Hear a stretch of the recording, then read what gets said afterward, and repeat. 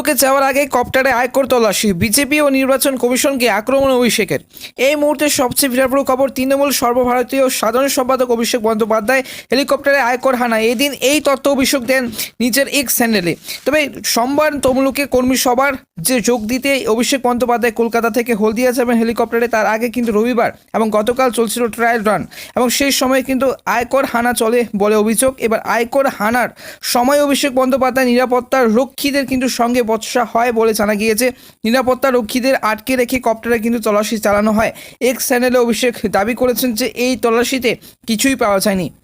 এদিনের আয়কর তল্লাশি নিয়ে অভিষেক বন্দ্যোপাধ্যায় কেন্দ্র সরকারকে আক্রমণ করার পাশাপাশি বিজেপি ও নির্বাচন কমিশনকেও কিন্তু নিশানা করেছেন, এবং তিনি বলেছেন যে এনআইআর, ডিজি ও এসপিকে কিন্তু সরানোর বদলে নির্বাচন কমিশন এবং বিজেপি তাদের অনুগত আয়কর দপ্তরে কিন্তু আধিকারিকদের পাঠিয়েছিল হেলিকপ্টারে কিন্তু এবার তল্লাশি চালাতে। এবার যদিও তাতে কিছুই পাওয়া যায়নি বলে কিন্তু দাবি করেছেন অভিষেক বন্দ্যোপাধ্যায় এক্স হ্যান্ডেলে। তবে অভিষেক আরও কিন্তু বলেছেন যে জমিদাররা বাংলায় যতই বল প্রয়োগ করুক না কেন, বাংলায় প্রতিরোধকে কিন্তু দুর্বল করা যাবে না।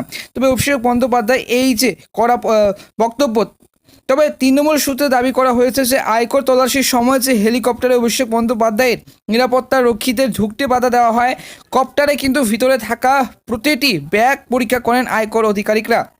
কিছু না পেয়ে হতাশ আয়কর কিন্তু আইটিরা। তবে আধিকারিকরা এবার যে হেলিকপ্টারটিকে দীর্ঘক্ষণ আটকে রাখেন বলে অভিযোগ তৃণমূলের। তবে তৃণমূলের তরফে বলা হয়েছে সারা দেশে ভোট চলছে, কিন্তু বাংলায় যে ফলের কথা ভেবে কাঁপছে বিজেপি। ওরা যেভাবেই হোক দেশ থেকে বিরোধীদের দূর করতে চায়, কিন্তু তৃণমূল বাংলা বিরোধী বিজেপির যে কাছে হার মানবে না। তৃণমূল মুখপাত্র কুনাল ঘোষ এদিনের যে আয়কর তল্লাশি নিন্দা করেছেন। তবে তিনি যে দাবি করেছেন হেলিকপ্টারের থাকা জিনিসপত্র তছনছ করার পরেও কিছুই পাওয়া যায়নি। অন্যদিকে দিলীপ ঘোষের প্রশ্ন, হেলিকপ্টারটি কি অভিষেক কিনেছেন? যে কোম্পানির কপ্টার দ্বারা ট্যাক্স দিয়েছে কিনা, লাইসেন্স আছে কিনা তা নিয়ে কিন্তু তল্লাশি করতেই পারে।